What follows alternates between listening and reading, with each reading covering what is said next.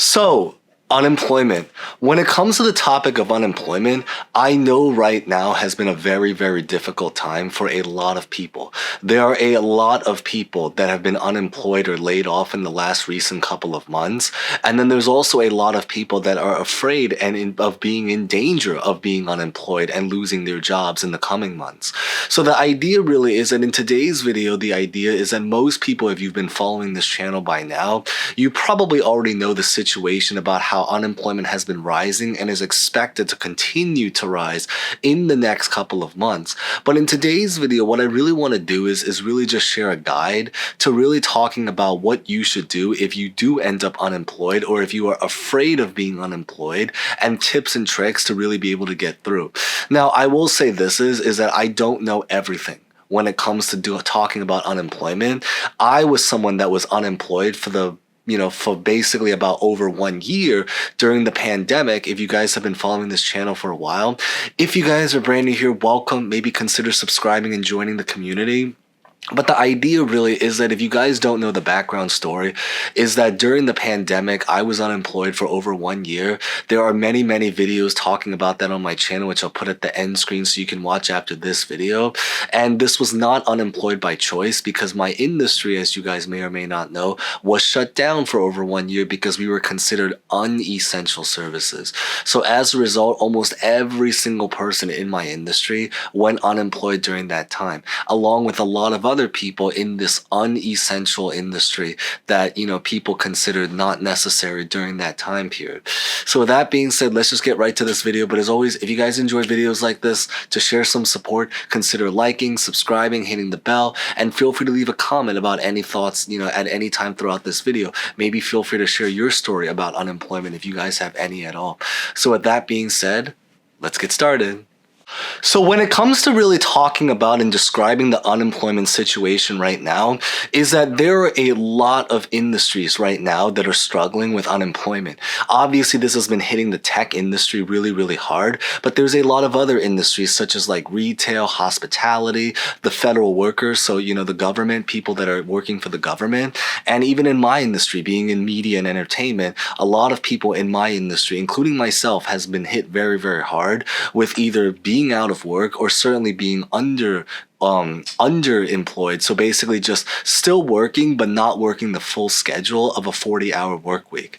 But the first thing that you should really consider, oh, and by the way, we're not going to talk about like the obvious, which is, like if you're unemployed, you're going to look for a brand new job. We're not going to talk about that because you probably already know that by now. And obviously it's a lot easier said than done. It is very, very difficult to find a job. But beyond the actual job hunt, the first thing that you should really look into if you do find yourself unemployed is to really just apply for any kind of government benefits. It's very straightforward, so we won't go into a lot of details. But if you do lose your job, a lot of people don't believe in it, but I do highly recommend that you look into applying for unemployment benefits, SNAP benefits, so food stamps, government assistance programs. There's so many out there that you can potentially look into. So obviously that's the first step.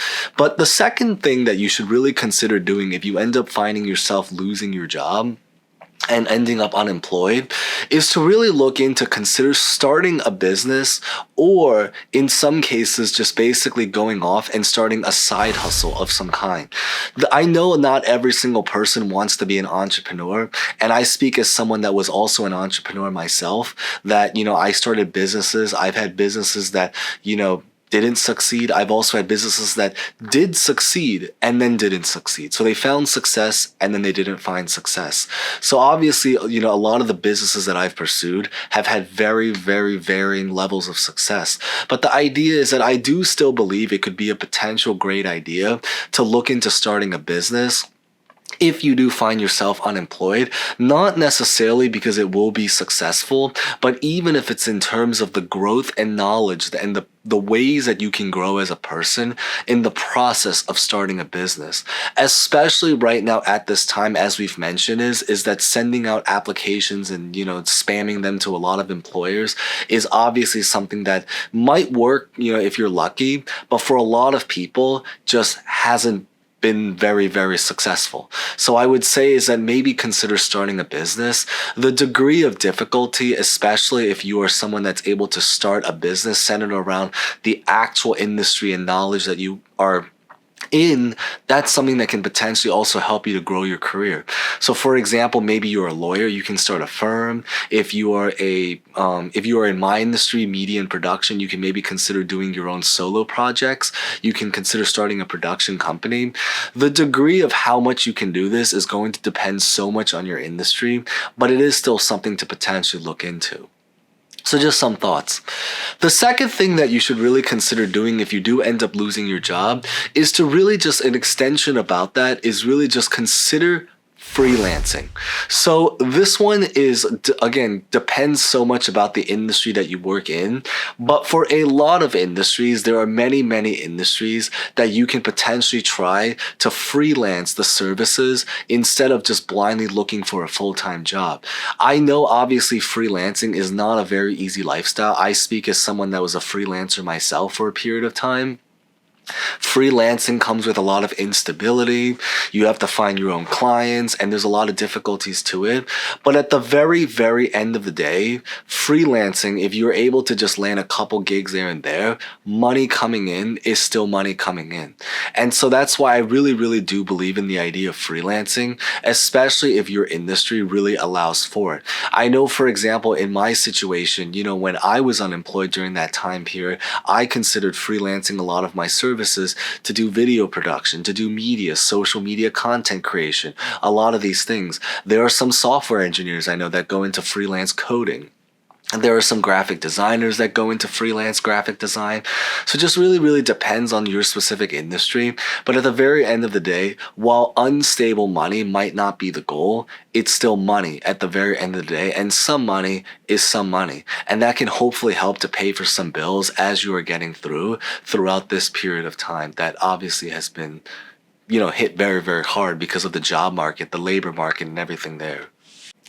And then the next thing that we really, really have to talk about that you can potentially look into in terms of progressing your career when you are unemployed is really trying to grow your education and your knowledge. Now, you have to hear me out about this one.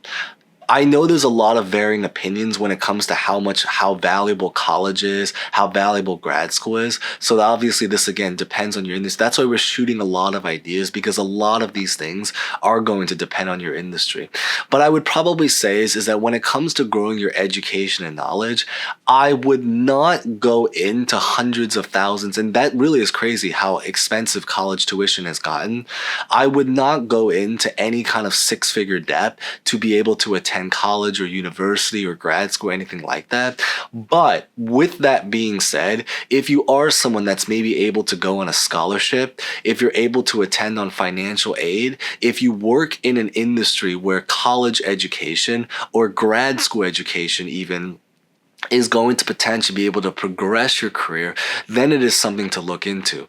This obviously, again, depends so much because I know not every single career, the weight of college education is going to be equal, and I know also additionally on top of that is that even if you went back to college and grad school, there is no guarantee that you'll be able to walk out with a job. There's a lot of people I know that even, graduated with an MBA, and huge love and respect to all MBA graduates because MBAs, that's a very, very big accomplishment. So huge congrats if you did graduate with an MBA. But there are a lot of people, just speaking objectively from personal experience, so not even from a news article, but from personal experience, that might have graduated with an MBA or a master's degree of some kind and are still struggling to find work of some kind and still struggling to find a full-time job.